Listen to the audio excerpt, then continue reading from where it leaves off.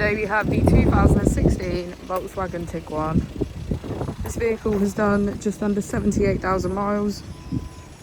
It has a manual transmission and a diesel fuel type.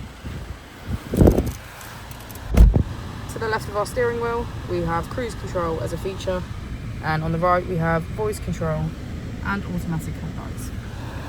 Moving on to our screen, to the left we can access radio, media, smartphone integration and voice control. On the right we have navigation, traffic reports, our vehicle status and our menu. If we put the vehicle into reverse, we can see that it comes with park pilot, front and rear parking sensors. Just below our screen is our dual zone climate control with heated seats on either side. As we go into the back of the vehicle, we can get a good view of our panoramic roof.